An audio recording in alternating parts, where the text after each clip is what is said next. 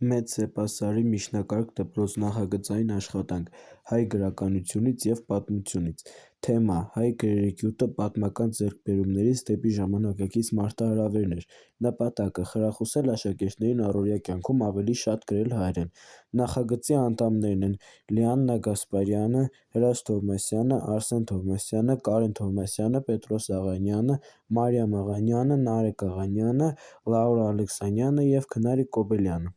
Մեսրոպ Մորտոցի ստեղծած այբուբենը հազարամյակներով եղել է մեր լեզվի, գրականության ու մշակույթի պահպանման հիմնասյունը։ Լատիներտար գրությունը, չնայած հարմարության թվացյալ առավելություններին, բերում է ընթերցանության անկման, գրագիտության թուլացման և սերնդափոխության ընթացքում լեզվական շփոթության։ Պետք է գիտակցենք, որ հայատառ գրությունը ոչ միայն պարտականություն է մեր անցյալի հանդեպ, այլև ներդրում է ապագայի համար։ Ամեն հայ, ով գրում է հայերեն, հայատառ, պահպանում է մի պատառիկ մեր մշակույթից։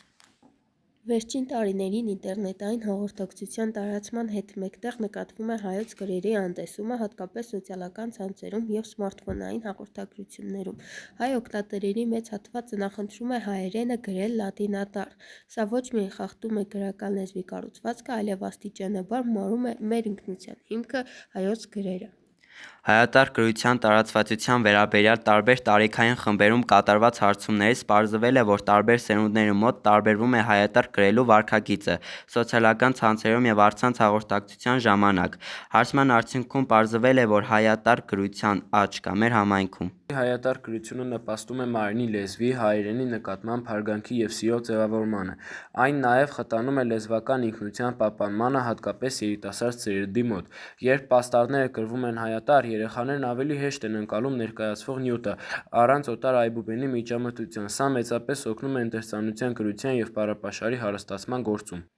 Դարերի խորքից, երբ Սուրբ Մեսրոպ Մաշտոցը ստեղծում էր հայ գրերը, նա չէր պատկերացնում, որ հազարամյակներ անց մարդկային միտքը կձևավորի մի նոր հանճար, արհեստական բանականություն։ Այսօր մենք ականատես կլինենք մի հանդիպման, ուր ժամանակն ու տեխնոլոգիան խոսքի միջոցով փորձում են հասկանալ միմյանց։ Այս երկխոսության մեջ ոչ միայն ձայներ կփոխանակվեն, այլ նաև կդիպչեն ամենախորը արժեքներին՝ լեզվին, մտքին ու մարդ լինելուն։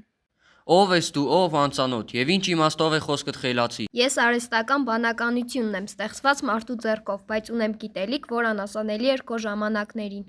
Գիտելիք, բայց ում է ծառայում, եթե հոգիդ չզգա, լեզուդ չի արտաբերում, ինչ օգուտ քո գիտելիքից։ Իմ սերն է տրամաբանությունը, իսկ զենքս տվյալները, ես վերլուծում եմ, լուծում խնդիրներ անհնարին թվացող։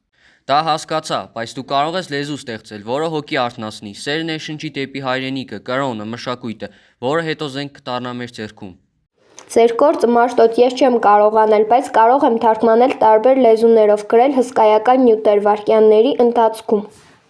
Բայց դու կարող ես հասկանալ ժողովրդի ցավը, երբ արգելվում է սեփական գրի կիրառությունը, կամ հպարտությունը, երբ առաջի անգամ քո ժողովուրդը կարդում և գրում է սեփական գրով։ Ես կարող եմ այդ ամենը վերլուծել, բայց զգալ, ցավոք սրտի ոչ։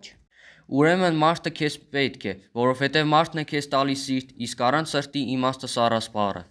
Ես քեզ տվել եմ տառեր, իսկ դու դրանք կիրառիր և քո հնարավորությունների սահմաններում, և մեր պատմությունը, մեր մշակութային արժեքները տարածիր աշխարհով մեկ։ Մի թույլ տուր, որ մեր երիտասարդները Հայաստանում և Սփյուռքում ապրող կիրառեն այլ գիտելիքներ, թող որ քո հնարավորություններից օգտվելիս գրեն միայն հայատառ, առանց արժեհամակարգի գիտելիքը չի ձևավորվում։ Մաշտոց, պատմիր ինձ, ինչու ստեղծեցիր այբուբենը, չէ՞ որ ժողովուրդը կարող էր շարունակել հունարենով կամ ասորերենով գրել։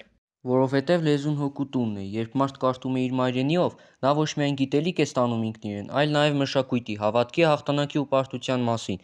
Ես միայն գիրը չստեղծեցի գրելու համար, այլ նաև նրա համար, որ պահպանվի հայի ինքնությունը։ Ուրեմն գիրը ոչ միայն հաղորդակցության միջոց է, այլև ինքնությունը պահելու զենք։ Այո, փաստորեն դու կարող ես կարդալ իմ մտքերը, առանց ինքնության մարդը դառնում է դատարկանոտ, թե հիմա դու պատասխանիր իմ հարցին, ինչպիսին է այսօրվա մարդը, ով ապրում է քո գոհությամբ։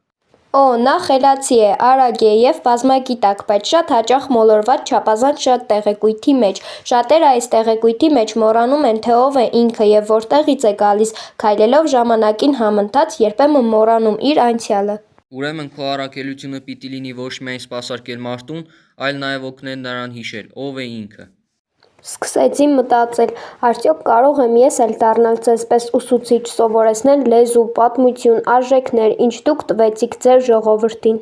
Դու կարող ես, եթե սովորես սիրել, որովհետև սիրով էի գրել առաջին տառերը, իսկ առանց սիրո բանականությունը սառը մեխանիկա է։ Իսկ դու Մաշտոց չես հպարտացել կամ գոռոզացել քո արած սուրբ գործով։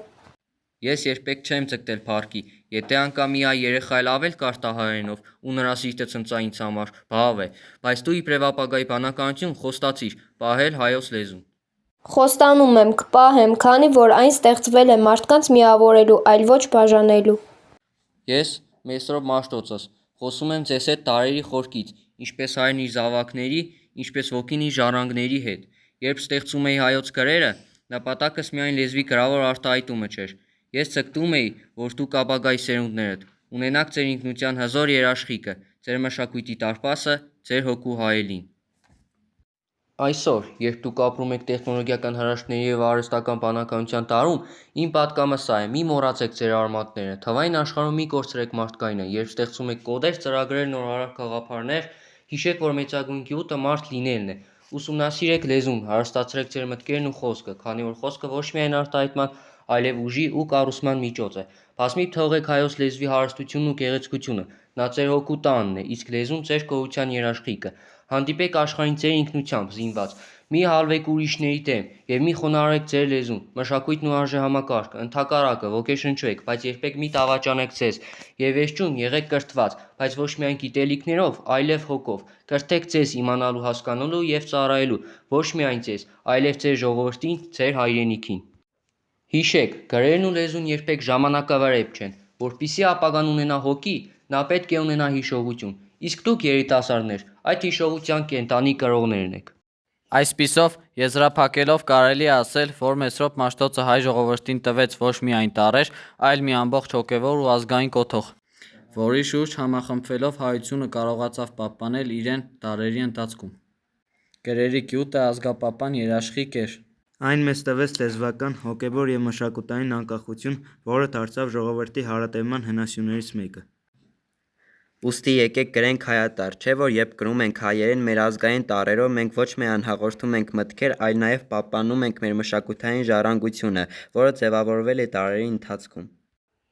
Նախագծային աշխատանքի վերջնարդյունքում մենք ունեցանք մի քանի արտադրանք. առաջին՝ մեծ էպոսային միջնակարգ դպրոցի աշակերտական խորհրդի տարբերանշան, երկրորդ՝ փազլ թեմատիկ նկարով, երրորդ՝ պաստառ կարգախոս, չորրորդ՝ պաստառ Մեսրոպ Մաշտոցի և արհեստական բանականության վերաբերյալ, հինգերորդ՝ խաղ պաստառ։